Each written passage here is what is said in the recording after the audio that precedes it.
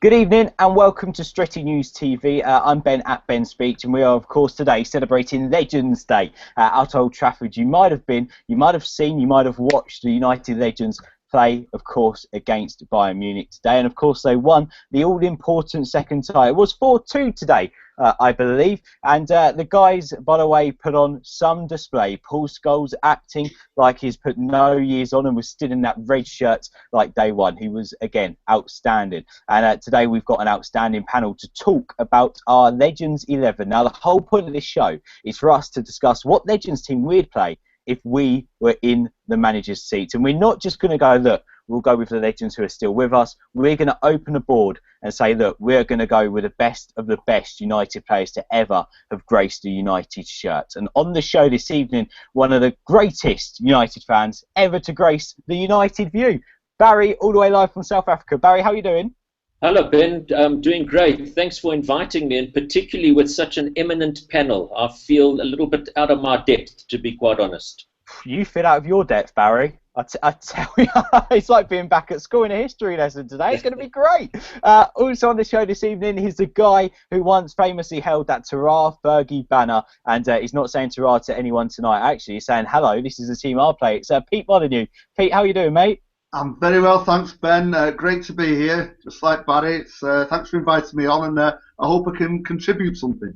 I'm so looking forward to this. It's an amazing panel, and it only just gets better. The next guy on, he talks about United youth to United's past, and recently you might have seen him as well on another channel talking about our up-and-coming lads in our youth system. Tony, Mr. Mujax is on the show. Tony, how are you doing? I'm good, Ben. Thank you very much. And like the other guys, I absolutely love it when I get the opportunity to talk to some, in inverted commas, old-timers who have been through similar experiences to me, and we can relive the glory days of the past when perhaps we weren't so successful as we have been in recent times. Yeah, of course. Back in the day, I don't want to say it like that because I feel like I'm trying to inflict my youth on everyone there. But obviously, United have had rough times, they've had great times, they've had brilliant times, and that's what we're going to bring up on the show today. We're going to reflect on the glory days, as Tony said, and some of United's best ever players. Right, let's get started, shall we? We are all about our Legends 11s and yours as well. Get involved in the chat box. Get involved on Twitter at Stretty News TV. We're going to go from goalkeeper to defenders, to midfielders, then to strikers, and on to substitutes, and we're going to cover them over the next half an hour. Barry, we shall start with you with position number 1, goalkeeper. Who would you play in goal in your Legends 11? All right. I think I had 3 candidates there. Peter Schmeichel, Edwin van der Sar, and Alex Stepney. Stepney because he's the most capped goalkeeper that United have ever had. And of course, Van der Sar and Schmeichel in the modern era are 2 sublime keepers. I'm going for Peter Schmeichel over there. You're going for Peter Schmeichel in goal. Yep. Pete, what about you? Well, first of all, I can't believe Barry's not gone for Gary Bailey with that accent. Pete, Gary let the cup final goal in on my 21st birthday, so I can't pick him because of that. Not that you haven't moved on. Ben, for me, I agree with Barrett. Peter Schmeichel, it was a direct competition, I think, with him and Van der Sar. For me, in the 50 years I've watched United, those 2 guys are the best keepers I've ever seen. And Van der Sar's run when him and Rio and Vidic and the rest of the defence kept those clean sheets for God knows how many games was superb. But Peter Schmeichel, I think, just had something else, and he came to the fore as Fergie's team was building and building when we didn't have such a great defence. So for that, Peter Schmeichel just edges it. Yeah, Peter Schmeichel as well for Pete. Tony, what about you? I'm with Pete on this one. I think there's only 2 candidates for the choice, and that's Schmeichel and Van der Sar. And I was a huge Van der Sar fan. It wouldn't have been fantastic to have got him earlier in his career, but I think Schmeichel changed the way goalkeepers were perceived in the game, and he was brilliant for us and instrumental in a number of campaigns, winning titles and so forth. So it's Peter Schmeichel for me. Yeah, I mean, a clean sweep on the panel there, Barry, Peter Schmeichel. I mean, for you, what was Peter's defining moment at United? Cool. There were so many. I suppose a couple that spring to mind. Fantastic saves in the game against Inter Milan in the Champions League. Sublime performance away at Newcastle. Last-minute penalty save against Arsenal. And then an unbelievable, probably for me, his best save ever for United. And I need my friends to help me here. Away in Austria. Was it Rapid Vienna they were playing? Yes, Rapid Vienna in '96. Yes. Yeah, but I mean, there were so many moments for him, so many. But those are some that spring to mind immediately. Yeah, I mean, Pete, what a player, what a keeper. I mean, as you say, is he unrivaled in United history as our greatest ever goalkeeper? Well, as I say, for me, yes. I mean, to be honest, we've not been blessed with great goalkeepers over the years. I mean, Harry Gregg was good. Very, very good, but I saw the tail end of him, so I can't really comment. Stepney was a superb goalkeeper, and of course was a member of the team that won the first English team to win the European Cup in '68, and did that save 5 minutes from the end from Eusebio, which was superb. But I think Van der Sar and Schmeichel took goalkeeping to a higher art, you know. And when you think Schmeichel's last game for United was captain of the team that won the European Cup in Barcelona, and what a way to go out, you know. And don't forget him going up the field that night, which I'm sure distracted the German defenders. Yeah, I mean, I'd be distracted if I saw Peter Schmeichel running me. And actually, quite a funny story. I was watching the other day, A League of Their Own, and Peter Schmeichel was on the panel for the show. And he's a great guy as well. People underestimate what a very nice guy he is too. He's very humble. Tony, do you want to talk us through what's going on your screen at the moment? I think Paddy Roche there. Well, I knew that this lad would be up there in many people's views, and it would be remiss of me without showing his picture. And unfortunately, he didn't quite make the cut. But I know Pete and Barry would know this lad very well, Paddy Roche, and they must have been viewing him and his skills in the mid-'70s with some awe before making their final choice. Yeah, a howler against Liverpool, I remember once. I seem to remember Doherty brought him into the team the first season back in the first division, 75-76, after we had 1 year in the second division. I think he decided at that stage that Stepney was probably getting a wee bit too old.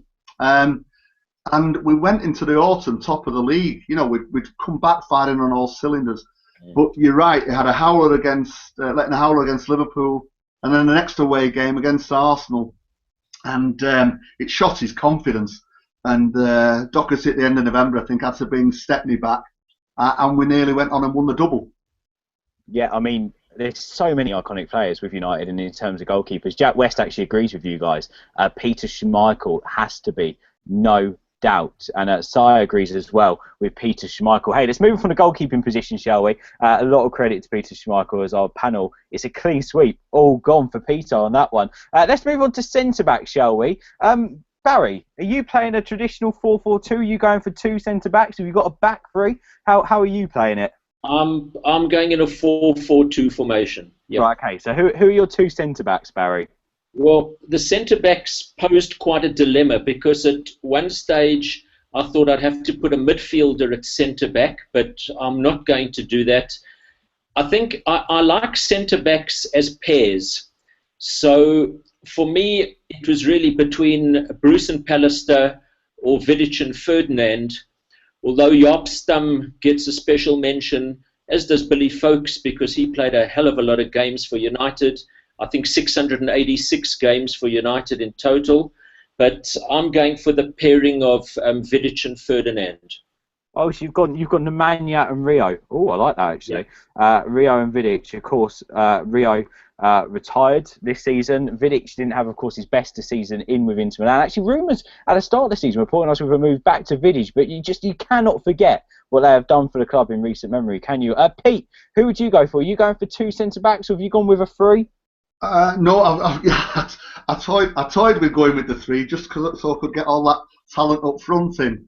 But I thought, don't start messing around like that, otherwise you're going to have George Best at fullback, you know.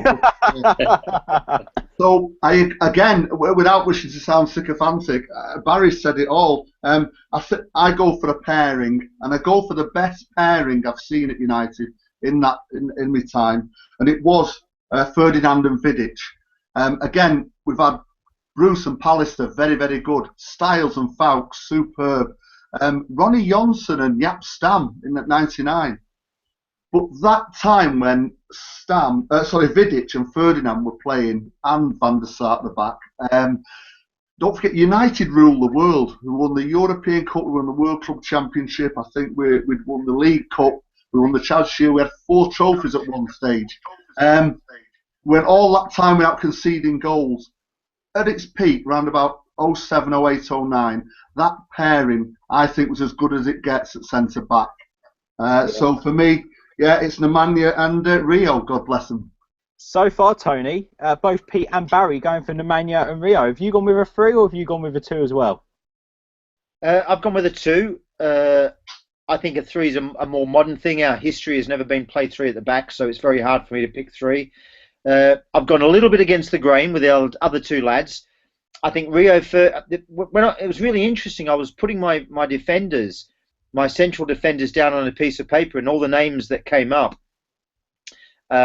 Rio Ferdinand, Vidic, Martin Buchan, Paul McGrath. I mean, Buchan and McGrath were great players, but Paul McGrath was class, real class. Gary Pallister, Steve Bruce. But in the end, I chose the best 2 individual centre halves I ever saw. I think Rio Ferdinand walks into the team in a blink. I think he oozed class. He had everything you'd want a centre half to be. He was dominant in the air. He could play from the back. And the guy I'd have next to him is Jaap Stam. As Barry said, Jaap, was a superb player, even though he was only with us for a short spell. But those 2 players would be my choices as centre backs. I mean, it's quite interesting. Sai has gone for Vidic and Bruce, and also Paul has gone for Rio and Stam, and Jack West has also gone for Rio and Brucey too. I mean, Barry, let's come over to you. Let's talk about your pairing, Rio and Vidic. I mean, Vidic came to the club relatively unknown. He was making waves, but for you, what was his most influential benefit to the side? What was his biggest trait, would you say? Was it his character? I think that opposition, the thought of facing Vidic, they didn't enjoy. He was rock solid. He was a hard man. He was fantastic in the air, extremely brave, terrific in the tackle, chipped in with a few goals. We won't talk about his red. It was possibly the only blemish. But he died for the cause, and that's what I liked about him. And he was complimented by Ferdinand, who was a real artist on the ball. Just quickly, Tony, I think you've got a video. Could you quickly mute it or turn it off, please? Me and Barry can hear ourselves when we talk, and I was trying to. We could hear Barry, and we could hear Barry twice. We love hearing Barry twice, by the way. But when he was trying to talk about Vidic and his loving for Vidic, I could hardly hear him. Do you want to repeat that quickly for me, Barry? Sure. I like a pairing of centre backs because in Vidic you had the hard man, and in Ferdinand you had the artist, player with a lot of artistry. Rio hardly ever got a yellow card. To my memory, he got sent off once, only against Blackburn away. Whereas Vidic was a real hard man. He died for the cause, fantastic in the air, quick in the tackle, and I don't think the opposition liked playing it. Yeah, no, I've got to agree, Barry. And I mean, I'm having a look online, and a lot of people are saying Rio Ferdinand as well. I mean, there we go. I mean, Rio Ferdinand is the player which you've picked as well, Pete. I've got to say, big support to him this season, of course, with what tragically happened with his wife. Does that kind of show, alongside of what he did on the pitch, how much he means to United? So I didn't quite catch the end then, Ben, of your question, but I think what we're going to remember with Rio is that he started fairly well. Then he had that kind of not a contract dispute, but he he held out a bit for his contract after he'd had that ban for the drugs case, and that cheesed off a lot of United fans. And I think that was probably then around 2004. Credit to the man, he battled on, and his form won the United fans back, won the hearts of the United fans back. And it was mainly because of his, like somebody said, his silky skills. He read the game brilliantly. Sorry, Tony, I think you're echoing again, mate. I think it might be because we turned up quite loud on your computer. Could you mute us whilst other people are talking, please? Sorry, mate. I'm not trying to. How do I do that? If you just hover over the screen, there's like a microphone button. If you just click on it, it just mutes you. But just make sure you unmute yourself when you go back to talk, because we want to hear what you've got to say as well, especially on Jaap Stam in just a second. Just hitting once again, Pete, on Rio Ferdinand. I mean, he was worth all that money, wasn't he? I think he was worth the money in the end, definitely. He became one of United's finest centre backs. He won more medals than probably any centre half in our history. But it was just the combination with him and Vidic. It was like silk and steel. Ferdinand could read a game brilliantly and was very pacey. And as Barry said, Vidic was a rock. He was at the old mould of, or the old expression, they shall not pass. And I think as a centre-back pairing, you need that. You need a really skillful guy and a real tough guy. And Vidic and Ferdinand, I'll say, were the best I've seen in 50 years. Well, I've got to say that's some compliment to them, isn't it? Tony, if you could unmute for me. I mean, Jaap Stam is a guy you've gone with to partner Rio Ferdinand. I mean, what is it about Jaap Stam that made you choose him over Vidic, over Brucey? I mean, what was his overall attribute, would you say, that made you pick him? Oh, sorry, mate, you're still muted. If you want to hover over yourself, and it should come up just up on the top screen here, and you just got to click the microphone bit that's red. Should be a red mark next to your camera and a little plus button. It's just on the top of your screen, up the top there.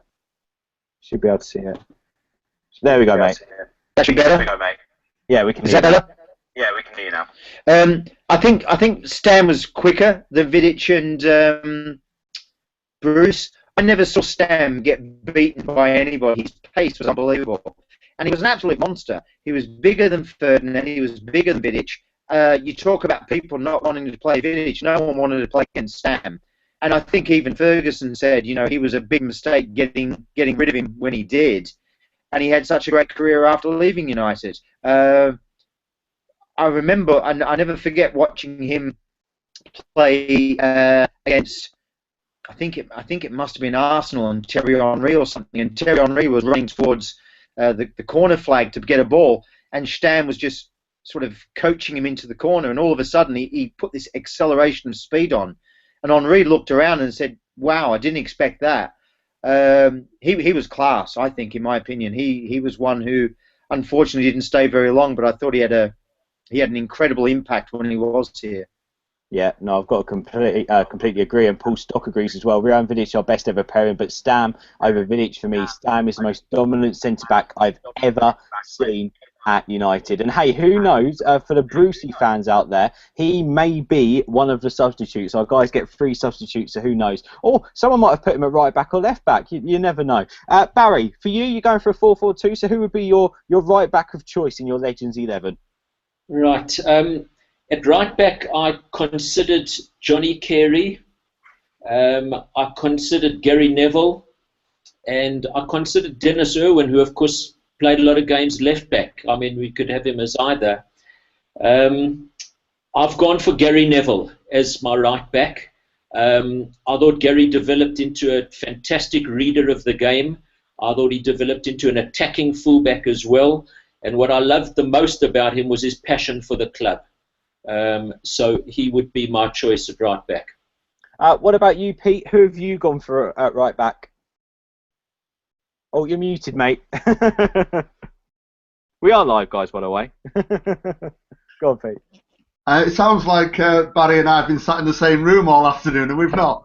Have you been comparing notes? No, not at all. No, what's fascinating for me is the other guys run bailing their team as I'm doing mine. So it's interesting. But I must say I've only considered in my team tonight. I have only considered guys or players that I've watched in my time. So I started watching in '64, around about the time Bestlaw and Charlton were getting together, and Hurd, Cred, and Fount Styles.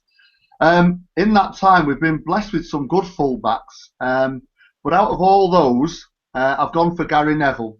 602 appearances for the club in in United's most successful period ever. The link up and the play he had with Beckham was superb up to 2003 when Beckham went. And I don't think we've had a right-sided pairing between fullback and right winger like that in the time I've watched United. So that was brilliant. But again, as Barry says, it's the guy's passion for the club. He was me on the field, and he was Fergie on the field. It was all of us on the field, you know. And I've only met him a couple of times. I can't say I've met him well, or we don't go picking out curtains together. But if I see him or I'm in his company, he's still like I am, and Barry is, and you lads are. He's passionate for United. He just loves the club. He's one of United's biggest fans, I'd say, and he played 602 times for them. So for me, he edges it. Gary Neville, what a hero. Basically, he always describes as playing for United as a dream come true, which shows how much of a United lad he is. Tony, what about you? Have you stuck with the lads? Have you gone for G-Nev? Gary Neville in the blink, Ben. Why Gary Neville for you? It's very hard to say anything different from the other lads have said. I think he was also someone who was probably limited with ability in comparison to a lot of other players, but his incredible dedication and graft. I heard stories at the Cliff in Carrington where he would stay back after and practice with his left peg, and he made more out of a career than probably any other player. And if so many other skillful players could have his attitude and his dedication, they could have been world beaters. Gary Neville was a world beater, but for me, he's the best right back I've ever had in our club, and he's won everything that's had to offer in the game. And for that, he's number two in my team. Yeah, I mean, I don't think we need to elaborate on that anymore. I think more or less that's spot on. He was a leader. He was an absolute colossus sometimes, wasn't he, behind Beckham? And he was also a passionate fan. Gary Neville for you guys. And for your final defensive option, left back, I take it, Barry, you have gone for a left back. Who have you gone with? Yes, and in fact, what I'm going to do is I'm going to take a leaf out of Pete's book and it's going to make it a little bit easier for me in terms of naming my team of players that are kind of in my era. And I've also been watching United since about 1964. So, in fact, my left back I chose in a blink, and that was Dennis Irwin. I really couldn't think of anybody to rival him for that spot. Possibly in years gone by, Tony Dunn, Roger Byrne, but Dennis Irwin for me, Mr. Consistency and a sublime player. Yeah, an absolute joy to watch. What about you, Pete? Have you gone for the Irwin as well? Oh, you muted, mate. There you go. I've not, Ben, and that's no disrespect to Dennis Irwin, who was a fine footballer, fine fullback, and a great servant of United. But Barry mentioned him in passing. I've gone for Tony Dunn, who was the left back in the United team that won the European Cup in '68. I think he also won an FA Cup winners' medal in '63 and two league championships in '65 and '67. He made 535 appearances for the club, which before the time of Charlton coming along a bit later, and then the likes of Giggsy and Scholes, 535 appearances was superb. But what Tony Dunn had, he was a great fullback, he was a great tackler, but going forward, he was like an additional winger, and he was the fastest fullback I've ever seen. He was like a whippet, and he used to get up and down that left touchline and serve United for 13 years, and I thought he was a really great player. So he just shades it over Dennis Irwin. Yeah, and what about you, Tony? I expect you've gone for one or the other. Which one have you gone for? Well, I might have a bit of a surprise here. When I thought about this, there was five names that came to mind. There was Tony Dunn, there was Patrice Evra, who I thought had a cracking career at United.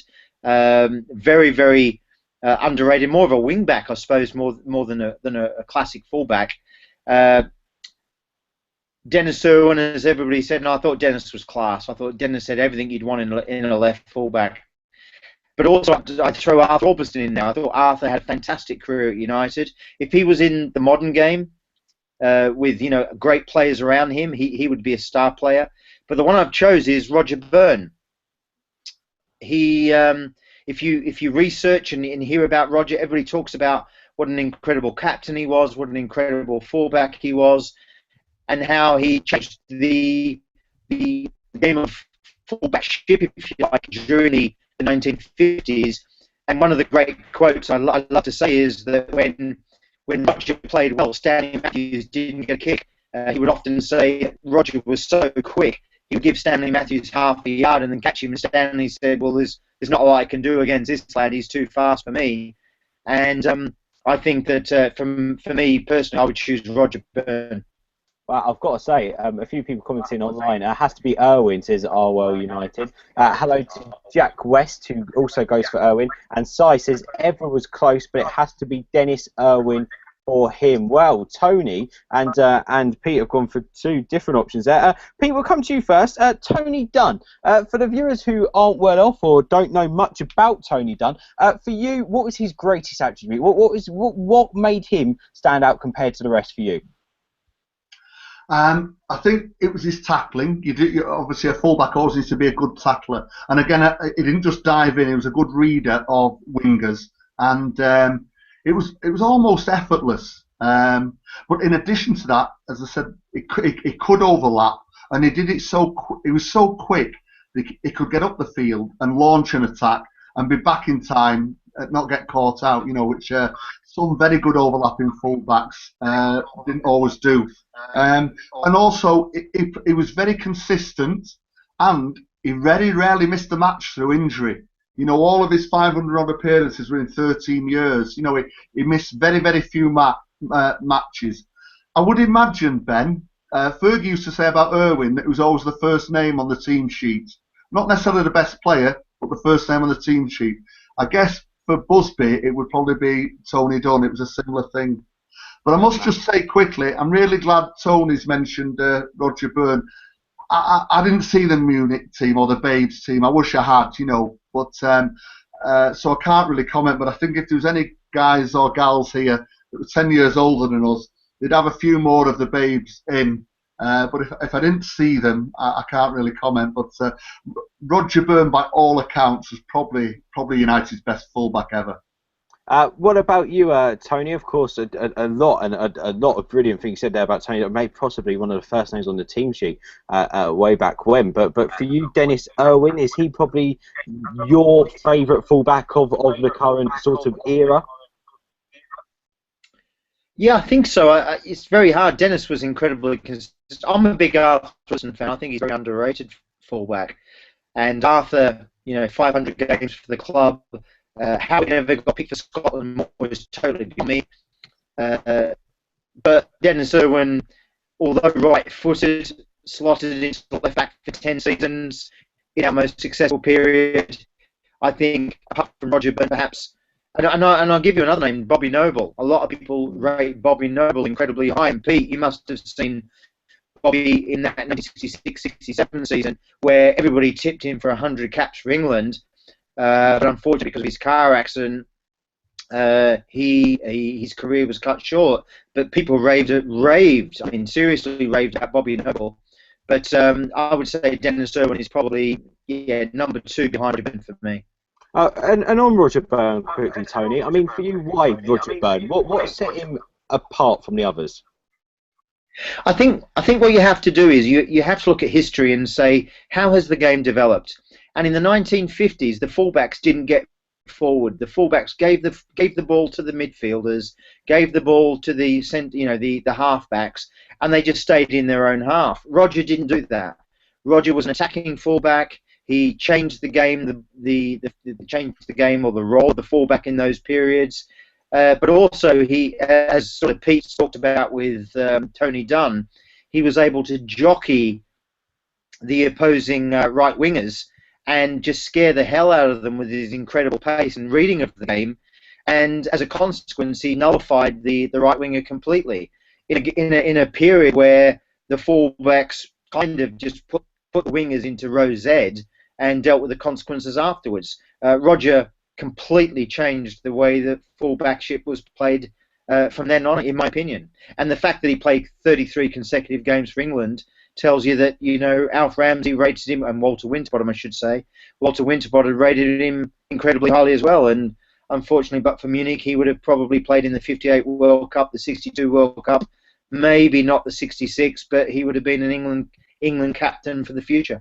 Yeah, unfortunately, another what if, which is obviously the horrible, horrible thing to always say after talking about the majority of the Busby Babes, because I'm sure we'll come back to the midfield and to the strikers and we'll be talking about them more. But it's easy for people to kind of scar over how good some of the United players were back in those days. I think so, and it's really interesting, Ben, because people, and Pete, you know, has sort of alluded, it's very hard when you haven't watched somebody. And I get that. I really do get that. But when you just get so many people talking about the same players over and over and over again, whether it be Tommy Taylor or Roger Byrne, whoever, you have to sort of say, what was it about them that so many people keep talking about? There has to be something. It can't be, you know, anecdotal stuff. It can't be rhetoric. There has to be some validity to the fact that so many people talked about these players. And as a consequence, I think Roger, for me, when I read, you know, vociferously about United's history, as you know, I know Barry and Pete do, and Roger keeps coming up time and time again. Particularly by what's really interesting, Ben, is Matt Busby really loved Roger Byrne, and for Matt Busby to put his trust in a player like that tells you how much in high regard that, you know, Roger Byrne was held. The fact that Matt Busby made him his captain, and so, you know, to be perfectly frank, even though I named other players, Roger was really, you know, the one that I thought everybody else had to beat. Would he be your captain as well, Tony? No, he wouldn't. Oh, we'll have to wait and see who you're going to go for as your captain in a bit later on. Let's move on. Let's move on to the midfield. But quickly before we do, Barry, your defensive options so far. You've gone for Schmeichel in goal. You've gone for Gary Neville right back, Rio, Vidic centre back, Irwin left back. Pete, so far you have gone for Schmeichel, Neville, Rio, Vidic and Tony Dunn. And Tony, so far you've gone for Schmeichel, Gary Neville, Rio, Stam and Roger Byrne. Some strong defensive options there. Quite badly. Yeah, I've got rid of it now, Barry. So we'll come to you and we'll talk about your central midfielder options. Have you gone for two in midfield, or have you conjured up some cunning formation? No, I've gone for two central midfielders, but this is probably the most difficult area of all. Yeah. Taking further Tony's thread, even though I never had the privilege of seeing him play, how does one leave Duncan Edwards out? He's kind of the first name that springs to mind when one looks at the history books of United, when one listens to United greats like Bobby Charlton saying that he felt insignificant next to Duncan. So how does one leave him out? So I have a bit of a problem there because, like I said, I've never seen him play, and there's not much footage with respect to Duncan. But when one looks at what he'd achieved by the age of 21, the different roles he could play at United, the respect that he was held in by his peers, by his opponents, he's got to be a name that springs to mind. So he is one that I have to mention, but I'm not sure that I'll pick him based purely on the fact that I never watched him play. So of the fellows that I saw play, Paul Scholes for me gets a role in central midfield. I think that Scholesy, the more he played for United, the greater he became appreciated. And I think a lot of appreciation for Scholes came in his final few seasons, where one really saw how great he was and how we kind of valued him when he didn't play. and he came back from retirement, played again, and by all accounts, after the account of what he gave of himself today, he could come back and play again. So Scholes would get into my team. And the other one that gets in in central midfield is Brian Robson. Brian Robson is one of my favourite players ever at United.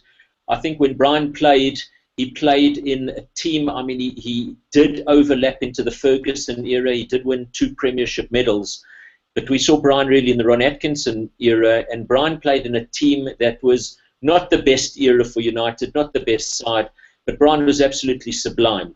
A relatively small guy, but the heart of a lion. And I think if there's one criticism leveled at Brian, that is he never knew when not to go in for a tackle. And as a result of that, he sustained a lot of injuries.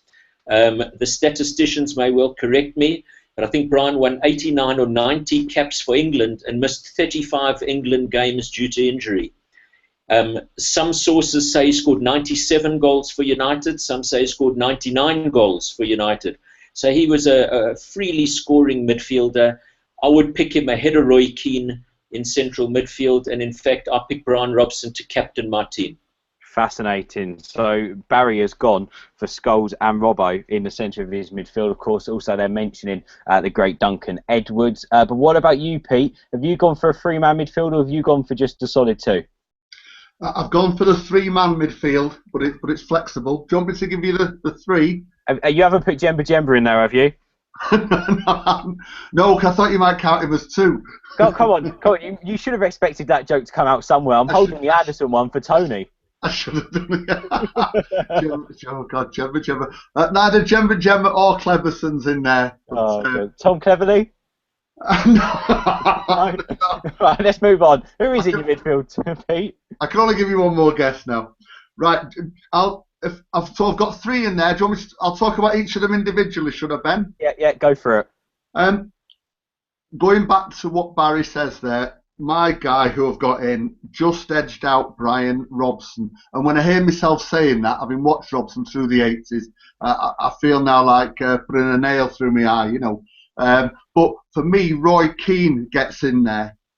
And that's because of all the matches I've ever watched, the best ever display I've seen by a United player in 90 minutes was Roy Keane, and that was in Turin in that semi-final in '99. I know Roy Keane's written that people only say that because they feel sorry for him because he missed the final. Well, I might not say this to him if he was in the same room as me, but that's a load of rubbish. Roy Keane played superbly that night, better than any other player I've ever seen, better any other single performance I've seen by a United player, and certainly by a United captain. But of course it wasn't just that night. I think for those years he was with us, Roy Keane again. When I said Gary Neville was me on the pitch, and then I said that Gary Neville was Fergie on the pitch. Actually, Roy Keane was Fergie on the pitch. He was the manager on the pitch, and he was emblematic of the manager. Just the way he drove United on. He made 480 appearances, only scored 51 goals, so he wasn't as prolific as Robbo. But Roy Keane is a guy that if you were in the trenches, he'd be the first one you'd take in and you'd pick him every time. So Roy Keane gets it for me, Ben, in that position. Incredible. Who else have you gone for? Right, I'll be more quick now. How can you leave out Bobby Charlton? So Bobby Charlton, 758 appearances, only beaten by Giggsy. He holds the second highest appearances record for United. 249 goals. That's number 1.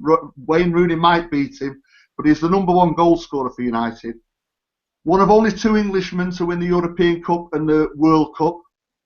But take all those facts away, and just the way Bobby Charlton used to pass the ball, shoot a ball, find a man, the ground he covered, he was just superb. He was probably one of the best all-round players I saw, and midfield's the place for him. So Bobby Charlton, 2 out of my 3. Roy Keane, Bobby Charlton. And then I've put Eric in midfield, Eric Cantona. Now, interesting. Why midfield for Eric? Just because of the guys I've got up front. I've gone for 4-3-3, but I've got three guys up front I just couldn't leave out. Are you going to play Cantona in the Fellaini role? Well, I can see a massive smile on Tony's face. I think the short answer to that is no. Eric Cantona, what's fascinating about Cantona is that with all the other guys we've mentioned now, that we've either picked or thought about, it was their longevity at Old Trafford or the number of games they played. Cantona only played 180 odd, but scored 82 goals, so it was a good strike rate. But again, whilst Keane gave the best performance I've ever seen, I think Eric Cantona had the single biggest impact on the club in the time I've watched them. After we'd lost to Leeds in the run-in in 91-92, and Fergie had got close again, but he was the bridesmaid, runners-up. That start of next season, it was falling apart a bit. I think we were down to about 8th position in the league. And out of the blue came this signing of Eric Cantona. We couldn't believe it. And for only 1.2 million. But he then turned a good side that was waiting to be great into a great side. And United then built on that for the title, the doubles, and then the treble, even after he'd gone. And some players are catalysts, and Cantona was the most important catalyst I think we've ever had. And what a great entertainer! What an absolutely great entertainer! You'd have paid 10 times what you paid to get in Old Trafford to watch Eric Cantona, and we were blessed to have him. I could make a Mario Balotelli joke now, but I'm not even going to mention him in the same breath. I'm not that though. I'm not going to even go there. I'm not even going to go there. But yeah, an amazing midfield then, and some great anecdotes there from Pete. Keane, Charlton, Cantona for him, and of course Barry has gone with Scholes, Robert. And Pete, for future references, have you got 2 wingers or is it just 3 top strikers? It's 2 wingers and a top striker. Okay, we'll come back to you in a bit then, Pete. Lovely.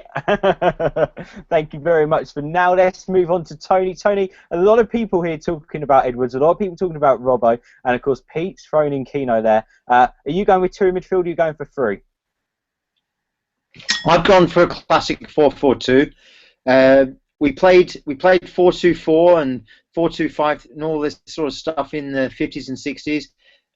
To Pete's point, we played 4-3-3 regularly during the 1960s, so I understand why he's gone with that formation very well.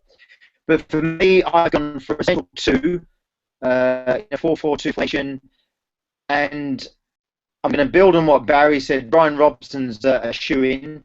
How anybody not Brian Robson, given his captaincy, given his energy, given his goal-scoring box-to-box style, he's just, a no-brainer for me. And whenever I think of Brian Robson, Roy Keane, you're talking about a pinch of salt between the two. But Robbo just gets it based on his goal-scoring ability. So Robbo's one of them, and he would be my captain as well, as Barry said. The second player would be Duncan Edwards. Every single person you ever hear, his contemporaries, the newspaper reporters, the historians are saying that he was something special. He had exactly the same number of games as Eric Cantona. He won 2 championship medals. In 1957, he was voted the number 3 World Player of the Year behind Di Stefano and Puskas. So this was some kid. He wasn't somebody who nobody knew anything about. This kid was going somewhere. So for me, my central 2 is Duncan Edwards and Brian Robson. And I think in United's history, when you look at those 2 players, I really feel sorry for everybody else because there's no chance they're going to get a game. Yeah, because there's so many midfielders we've left out, and the guys in the chat are also kind of hitting on that right now. I mean, hello to Jack, who's making an Anderson joke as well. You cannot stay away from it, can you? So I've gone with Scholes and Keane. Hello to Jack West, who gives Edwards a shout out, but he has gone for Scholes, Keane, and Robbo in a midfield 3. Oh, tough tackling midfielders, a lot of them. Paul Stock has gone for he said that we've got to leave out the likes of Keane, Robson, Scholes, Edwards. You've got to leave one of them out, but he has gone for Roy Keane. Oh no, has he gone for? See, Paul can't make his mind up. He said here, Robbo was my boyhood hero, but Roy Keane, Charlton, Scholes, or Edwards. What a great nightmare to have. Well, Paul's not going to put his money on it. He's going to sit on the fence. OL United has got and said that actually Robbo or Keane, Charlton and Cantona is a great three. However, Paul is loving Robson and Edwards. I'll tell you what, it's split all over the place. So let's carry on and let's go to the right wing, shall we? Barry, who's going to be on the right of your midfield four then? Who have you gone for? In that position, I've gone for the first player that I pen into my team, and that's George Best. For me, the greatest player that's ever worn the United shirt, the player that's entertained me the most. I think I don't really have much to add to what's already been said about George Best. Safe to say that when you watch him play, he played in an era where there were a lot of hatchet men that he used to play against. The likes of Chopper Harrison, Norman Hunter, Paul Reaney, these guys who really weren't very cultured defenders. They would kick lumps out of him. He hardly ever missed a game through injury. His skills were mesmerizing, right and left foot, in the air, tackling, sublime player. Of course, what became of him is tragic, but that's not what we want to talk about. Just he had it all, and an entertainer supreme. So for me, my first name on my team sheet. What about you, P? Are you with Barry on George Best? 100%, Ben. Gosh, it's hard to know where to start with Georgie Best, but the best player I've ever seen. And it's hard to explain to people. You can see some of the footage. Thankfully, a lot of his goals and his runs and his jinks were captured. But it was just the naturalness of his skill. Like, we've had a very, very good player, and I'm sure we might come to him shortly, in Cristiano Ronaldo lately. But he practiced and practiced and practiced his skills. I'm sure Bestie did. But Best had this natural ability from the age of, 17, when I saw him in the youth team in 1963-64. And all I can say is, he lit up my life. It was his dribbling, his tackling, his heading, his shooting, for a very slight-figured man, was unbelievable. And he could make goals, he could score goals. He made 470 appearances for United, Ben, but he finished at the age of 26, sadly. Scored 179 goals in those 470 appearances, an incredible rate. And gosh, there's so many standout moments with Georgie Best, but really, there was one night when I was a young lad in 1966, and I stayed up to watch the highlights on BBC of United's game at Benfica in the Stadium of Light. And United won it 5-1. And Best had put United 2 up within the space of about 11 minutes after Busby had told them to play it calm, play it safe, quieten the crowd down. Bestie just went out and scored twice. And after that, he came back, he flew back, and they called him El Beetle, the fifth Beatle. And that was the night when our Georgie became the world's Georgie. Everyone switched on to him. The equivalent moment in more recent times is when Beckham scored at Wimbledon against with that goal from the halfway line. After that, everyone knew Beckham's name. But Best did it on a world stage. So Georgie Best, the best. The best, well, you could say the greatest, but the best. Tony, we see something happening on your screen again. You found your picture. Oh, no, there he is. Have you gone for Bestie as well, Tony? Here, Ben. Even though he only played 30% of his games on the right wing, he played more on the left wing than he did on the right wing. He played over 50% of his time on the left. It's a no-brainer. George Best, number 7. Yeah, of course. And he's going on up into the spirit of the sky. It's where I'm going to go when I die. When I die and they lay me to rest, I'm going to go on the beast with Georgie Best. Yes, I am. And by the way, you've got to go and check out the Red Sky canvases. They've done a brilliant canvas of that. It seriously is brilliant. And I've got to say, I'm with you, George, but he has to be on there somewhere. Even though Si has said, tactically, he'd put Giggs on the right just because he'd want to put Ronaldo on the left and go with Best as a striker. So it's interesting to see you all go for Best on the right-hand side. Let's talk a bit about Bestie, shall we? Barry, quickly, George Best, for you, what was it like watching him? I think, his skills were mesmerising. And as I say, in his time, the tackle from behind was legal. they used to really try. I mean, some of the games that he played against was absolute thuggery, playing on muddy pitches, yet his skills were sublime. And he loved taunting defenders. He'd beat a defender and come back and beat him again. A terrific goal scorer, as Pete alluded to, and just a chap that when he got the ball, there was a buzz around the stadium. There was a lot of excitement. And some of his performances that spring to mind, he had a sublime performance for Northern Ireland against Scotland. And, you know, at best played for England. I mean, he would have been far more in the public eye. Unfortunately, on the international stage, he played in a particularly poor Irish team. When Franco Farrell joined, he scored that sublime goal against Sheffield United. He was capable of individual efforts like that.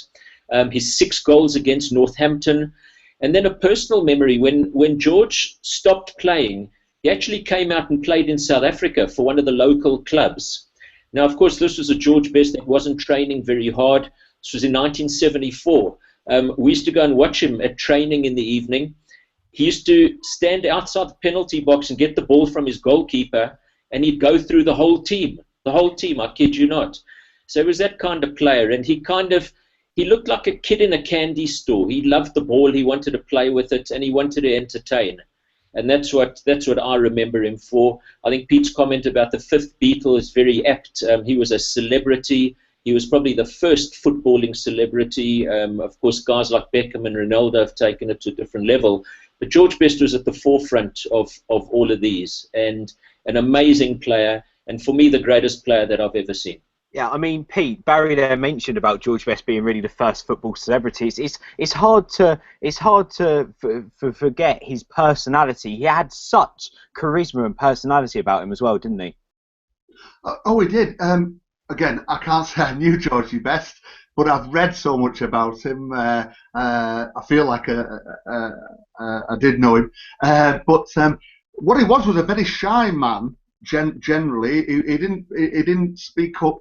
If he was in company, he'd wait till he was spoken to. You know, he wasn't flash by any standards. A very nice, a gentleman. People are talking about him being, but a very intelligent man as well, quite articulate, Bestie. But what he had was this mop of black hair when footballers had short back and sides, and he was like one of the Beatles. And you got to remember the Beatles burst on the scene in the '60s like probably. I don't remember Elvis coming on, but perhaps he was the only one that was comparable. They changed the whole music scene, and Bestie changed the whole football scene. Every fella loved Georgie Best. And as much as any straight man can love another fella, I love Georgie Best. But you loved him because of what you saw on the field, because of what he did for United and the skill he had and the games he won, the games he played in. But you also loved him as well because of the women he got. You know, the man had everything, but you couldn't hate him for it. You weren't jealous of him. You just thought, good on you, George. Good lad. Yeah, I mean, Tony, it's great because we talk about him obviously as a legend, and rightly so. But is it a shame about how quickly he did disappear? How we didn't get more out of him? Do you know, it's hard to say. We had him from 17 to 27, and you know, 10 years is a great. I think we can look back and feel bad about the fact that he didn't go on to 30 or 33. But as Pete said, he was kicking the shit out of, you know, year on year on year. So, you know, maybe he had enough. And to be perfectly frank, you know, when Matt and Bobby retired, they should have built the stone, George, and we didn't. And you know, that's a little bit of Matt's fault. That's a little bit of Wilf McGuinness's fault. That's a little bit of, you know, somebody else's fault. But we should have made George our main man and built the team around him. And for whatever reason, when Wilf tried to sign Colin Todd and Mick Mills and Malcolm McDonald and Peter Shilton, the board said we're not going to sign those players, and that must have been very disheartening for George. Yeah, I mean, moving on from George Best on the right flank, I'm really intrigued to hear you guys' views on the left flag. Barry, we'll start with you. You've gone Best on the right, you've got Scholes and Robbo in the middle. So who have you gone with on your left? I've gone for Ryan Giggs on the left. Again, one doesn't, I mean, his career is well known to all. His career spans almost a couple of decades. I have to say, though, I prefer the Ryan Giggs of the first half of his career to the second half. I preferred him as a winger. Later in his career, when he slowed down a bit, he came into midfield. I have to say I was not a great fan of Giggsy in central midfield, although he could still make a good pass. But the young Ryan Giggs, his dribbling skills were absolutely sublime. Certainly the first half of his career, he was a reasonable goal scorer. And again, probably in the modern era, he's the player that reminded me the most of George Best in terms of his balance on the ball. He was very difficult to get off the ball. He'd often look like he was going to fall down, which he didn't. Sublime skills. So Giggsy would get my vote on the left. And what more does one say? I don't think in United's history, however long it goes on, there'll never be a player that plays more games for United than Giggs has played. Yeah, I mean, what a servant to the club. Pete, are you in agreement with Barry? Have you been switching notes again? I'm in agreement with everything he said about Ryan Giggs, but I've not put him on the left wing. Oh, who have you gone for, Pete? I've gone for the man I think that came the closest ever to rivaling Georgie Best, and that is Cristiano Ronaldo. Why Ronnie? Ronnie, because I think he took United to another level not when he joined us, but as he developed with Rooney through that 05, 06, 07 period. And then helped put us literally on top of the world. We won that European Cup in 2008, got to a final again in 2009. I mean, two European Cup finals in 2 years. We'd waited 50 years for that, you know, and then won the World Club Championship. But so won lots of medals. But I think, and scored lots of goals. What was it he scored? 292 appearances, 118 goals. That's superb. But again, at Old Trafford, we love our entertainers. We love our wingers and our strikers because they really, really entertain us. And they have done ever since the Second World War, through Busby, all the other managers we've mentioned, through to Fergie. And Cristiano Ronaldo, in the modern era, has entertained me almost as much as Bestie did. He was lightning quick. He had so much confidence in himself. He'd try anything. He could head the ball. He could shoot. He could pass brilliantly. He made goals. I just thought he was superb. I wish he'd have stayed and gone on to win more European Cup winners' medals with us, but he wanted to go. And sadly, I'd say when we lost Ronaldo in 2009, we have regressed a bit.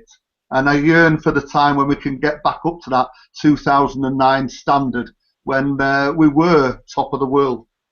I think the problem is we've never replaced him, have we? We haven't actually replaced him. We've never. Well, you could say Di Maria when he came in. There was someone of, so to speak, similar quality. But since Di Maria, he's gone. He's the best he is by, at the moment, you would say, awards way, as in Messi didn't win the Ballon d'Or last season. He is at the moment celebrated as the best player in the world at the moment. You never know, Messi might go and take the Ballon d'Or next year and he becomes, or this year, so to speak, and he becomes the best player in the world again. But Ronaldo is up there in the best players of the world. I mean, Tony, who have you gone for? Is there someone from a blast from the past for you, or have you gone for Ronaldo or possibly even Giggsy? I've gone for Bobby Charlton. You've gone for Bobby Charlton on the left? Yeah, I mean, what most people don't remember is that from about 1959-60, Bobby Charlton played about 4, 5, 6 seasons on the left wing. He was actually picked for England for 30 or 40 appearances on the left wing, and went out to on the club in 59-60 or thereabouts. That Bobby played him out left. He played in the 1963 FA Cup final on the left wing. And was an incredible footballer. He was an incredible goal scorer for that period. And I think when you look at Bobby, he had sort of, in my opinion, he had sort of 3 great careers. He had a period with junior years when he played up front and scored a shitload of goals in the mid to late 50s. He then went out to the left wing in the early 60s to about 1965.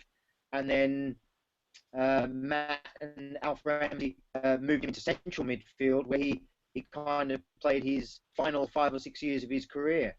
So it's a very hard thing. When I looked at my 11 and you asked me to pick my 11, I thought, am I going to play Bobby in central midfield? Am I going to play Bobby up front? Given all the other players that I had to choose from, I thought, no, I think for a European Footballer of the Year, a World Cup winner, a Ballon d'Or winner, an FA Cup winner, a league champion 4 times, I thought, no, I'm going to put Bobby on the left wing. And there's a lot of other players I could have put there. I think that a midfield of Best, Edwards, Robson, and Charlton would take some beating. Yeah, I mean, you've just said your midfield there alongside your defenders. What a side you have! I mean, let's start with Tony. Tony's team at the moment: Schmeichel in goal, Gary Neville right back, Rio Stam centre backs, Roger Byrne at left back. In the midfield, Best on the right, Robbo Edwards in the centre, and Charlton at left mid. At the moment, Pete has gone for Schmeichel. He's gone for Gary Neville, Rio, Vidic, Tony Dunn, then Keane, Charlton, Cantona as a midfield three. Then at his right wing, he's gone for Best, left wing, Ronaldo. And for Barry, so far, he's gone for Peter Schmeichel in goal, Gary Neville right back, he's gone for Rio, Vidic centre back, Irwin left back, then Best on the right, Scholes, Robbo in the centre, and Giggs at left midfield. It's really what you can't argue with any of these teams at all. What about strikers for you, Barry? Of course, Pete has one more selection remaining, his striker in just a moment, but you've got 2, Barry. So who's going up front for you? Right. Well, this was an utter nightmare in terms of an utter nightmare. Up front, I want guys who get goals. So if you look at goals per game ratio, Tommy Taylor and Ruud van Nistelrooy are the 2 most prolific strikers that United have had. I've mentioned that I haven't selected from the Munich side because I never watched them. And again, I say that Duncan Edwards and Roger Byrne certainly would have gotten into a side had they been considered, as would Tommy Taylor, but I've not considered them. So I pick Van Nistelrooy up front because he scored 150 goals in 5 seasons for United, including one season where he missed much of the season through injury. So he gets my vote. Now I need somebody, and Van Nistelrooy, of all his goals, 149 of them came from inside the box. He scored only 1 goal from outside the box in his whole career at United.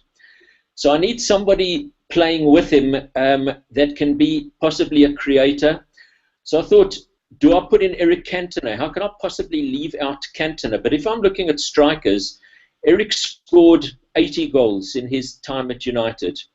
Ronaldo scored 118 goals, and in fact 67 of Ronaldo's goals came in his 2 last seasons, and his penultimate season he scored 42 goals. So if I'm looking for goals, I've got to go for Ronaldo. If we're looking at a predator in the box, how do you leave out Dennis Law? If we look at United's top scorer, how do I leave out Bobby Charlton with Wayne Rooney following hot on his heels? But given his ability at United and his electric displays in his last couple of seasons, I've gone for Ronaldo. So Van Nistelrooy and Ronaldo are my 2 up front. Do you know what? I'm so happy that you've mentioned Ronaldo, Barry, because sorry, not Ronaldo, Van Nistelrooy, because I am the biggest Ruud Van Nistelrooy cheerleader. I think what he done over his time at United is just incredible as a striker. If there's anyone who wants to look up to a striker, and for me, I'm also going to throw this guy in there, not as a United legend, but as a striker. Ruud van Nistelrooy is just a guy that any up-and-coming striker should idolise. His movement, the way he got that yard. And by the way, we all thought that Ruud van Nistelrooy didn't have much skill, but what about that goal was it against Fulham at Old Trafford from the halfway line? I mean, incredible. He was just just a class for me. Just incredible, Ruud van Nistelrooy. Pete, of course, when I say class, we could mention Ollie, we could mention Teddy Sheringham, we could mention Andy Cole, we also could mention Rooney. It's just an impossible situation, isn't it? Who have you gone for as your one main striker? You're right, Ben. All of this has been difficult. It's been pleasure and pain wrapped into one. There must be no other team like Manchester United's history over the last 60, 70 years where you try and pick an 11 of legends. It must be the hardest task in the world. We've been blessed. But so far in my team, I've had the three of the 4 guys who won the European Footballer of the Year award, as I call it. Ronaldo, Charlton and Best. But this last guy I'm having in a striker also was European Footballer of the Year. We hand out statues only to the very best at Old Trafford. Sir Matt Busby, Sir Alex Ferguson, Best, Law and Charlton. Dennis Law has 2 statues at Old Trafford. That's the measure of the man. Dennis Law is my final member of the team. 404 appearances, 237 goals. Dennis Law, I saw, he joined United when was it, about 62, and I started watching in 64. And for that next 10 years, he was just magical in his ability to sniff out a goal. And I think there was one season, 63, 64, he got something, I don't know how many, something like 14 hat-tricks for United. Tony might know, Barry might know, but he scored an enormous number of hat-tricks in the season. I think he ended up with about 40-odd goals. In 63, when he was probably at his peak, he scored at Wembley 3 times for 3 different teams. The rest of the world against England, Scotland against England, and United against Leicester. He had all sorts of records, but he was such a predatory goal scorer. I've got to put him there as the best I've ever seen in out-and-out goal scoring, Dennis Law. And again, he was an exciting player. He was called the king of the Stretford End. No disrespect to Eric Cantona, who got that title in the later year, in more recent years. But Dennis Law, when I was growing up, and still to this day, was and is the king of the Stretford End. We loved him, adored him, and he loved us in the same way. Yeah, I mean, Dennis Law. I mean, again, a player there who I was expecting to hear. Tony, have you gone with one of those 3, Van Nistelrooy, Ronaldo, Law? Which 2 have you picked? Well, I'm sitting here, Ben, drinking a very good Fairview Pinotage from South Africa, which is supposed to be one of the kings of wines. I've seen it off as well. And like the lads on the panel, I've also gone for the king of kings, and that's Dennis Law. It's very hard to add anything to what Pete said in relation to Dennis. His predatory skills, his feistiness, his ability to hold his corner. The stories, I mean, I'm very lucky. I tend to go to a lot of the ex-players association dinners, and some of the stories you hear from some of the players about Dennis got retaliation in first, which is a really weird concept, but he tended to do that, so he also had the ability to handle himself, but his goal scoring record was second to none. I also have to say this, that as a young boy growing up, my father was a passionate Scot and a Glasgow Celtic fan, and he loved Dennis Law. And the reason I support Manchester United is because my father drilled into me as a young boy, Dennis Law is the god of all gods, and he played for Manchester United, and that's one of the reasons, or the main reason, I supported Manchester United. And my father said when Dennis played, defences didn't have a choice. And I think that's true based on what Barry and Pete have said. It has to be. And I love Rude and I love Tommy Taylor and lots of other players who are up there in the reckoning. But Dennis Law has been number 1. And alongside him is Ronaldo. As Pete said, there's not many players who get you off your seat. George one, Ronaldo was another, and he's still doing it today. So strike force of Dennis Law and Cristiano Ronaldo would be something to see. Wow, imagine it, just imagine it. Well, on the strikers, and on that note, Barry, we shall come over to you. Your team has been revealed, your all-time greatest United 11. If you could play it tomorrow, if all players were available, would be Schmeichel in goal, Gary Neville, Rio, Vidic, Irwin in defence. And then in midfield, you go with the Best, Scholes, Robbo and Giggs combination. Then up front, Ruud van Nistelrooy and Ronaldo. Robbo as captain. I mean, Barry, you do have a space for 3 players you haven't mentioned to go on the bench. What 3 would you go for quickly for me, please? Yeah. My 3 on the bench are Roy Keane, Bobby Charlton and Eric Cantona. Imagine that as a bench. Which one out of those do you reckon would be the super sub, Barry? Sure. I think if you needed a goal, we'd probably put on Charlton or Cantona. If you needed some bolstering of the defence, we'd put on Keane. And if you wanted someone from the opposition sorted out, you'd definitely put Keane on. I love it. Barry, thank you very much for giving us your team. Pete, we'll come over to you. You've gone with Schmeichel in goal. You've gone Gary Neville at right back, Rio Vidic at centre, Tony Dunn on the left. Then you've gone for a Keane, Charlton, Cantona 3 in the midfield. Then on your right wing, you've got Best. On your left wing, you've got Ronaldo. And up front, on his own, Dennis Orr. But of course, quickly, you have got the choice of 3 players to sit on the bench. Who would they be? Yeah, when I thought it was only one on the bench, it was going to be Ollie Solskjaer, because who else would you want to come off the bench other than that guy with his impact? But because it's 3 and because of the guys I've left out, it's got to be Ryan Giggs. How can you leave Ryan Giggs out of a team? But it just shows the calibre of players we've had. So Giggsy, Brian Robson and Paul Scholes. So no Ollie in the end. No Ollie, no, because you gave me 3. And I couldn't not mention those other guys, Giggs, Robson and Scholes, superb. But, we're still left out Coppell, Hill, Morgan, Whiteside, Hughes. It's so difficult. And I take it you'd have Roy Keane as your captain in your starting team there then? Yes, Roy Keane. Keano, definitely. And Tony, coming over to you, mate. You've gone for Peter Schmeichel, Gary Neville, Rio Stam, Roger Byrne. Then you've gone for a Best, Robbo, Edwards and Charlton midfield with Law and Ronaldo up front. You've got 3 substitutes, so mate, who would you go for? Well, like the other lads, we've been absolutely blessed with the most amazing players in our history. So I'll just read the names of the players that I considered, but unfortunately we didn't choose. I've got Jack Rowley, I've got Charlie Mitten, I've got Johnny Carey, I've got Tommy Taylor, I've got Dennis Violet, I've got Steve Coppell, I've got Ray Wilkins, I've got Paul McGrath, I've got Norman Whiteside, I've got Mark Hughes, I've got Eric Cantona, I've got, it gets silly. It gets absolutely silly with the stars we've got. And the 2 names I'd like to pick out of that group is Dennis Violet and Steve Coppell, incredibly underrated players. When you actually look at their stats and you actually look at their careers, could easily get into any one of those teams that any of us have picked.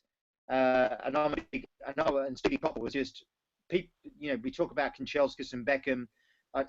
Give me Steve Coppell any day. I'd love Steve Coppell in our team today. Wow, what a difference that would make.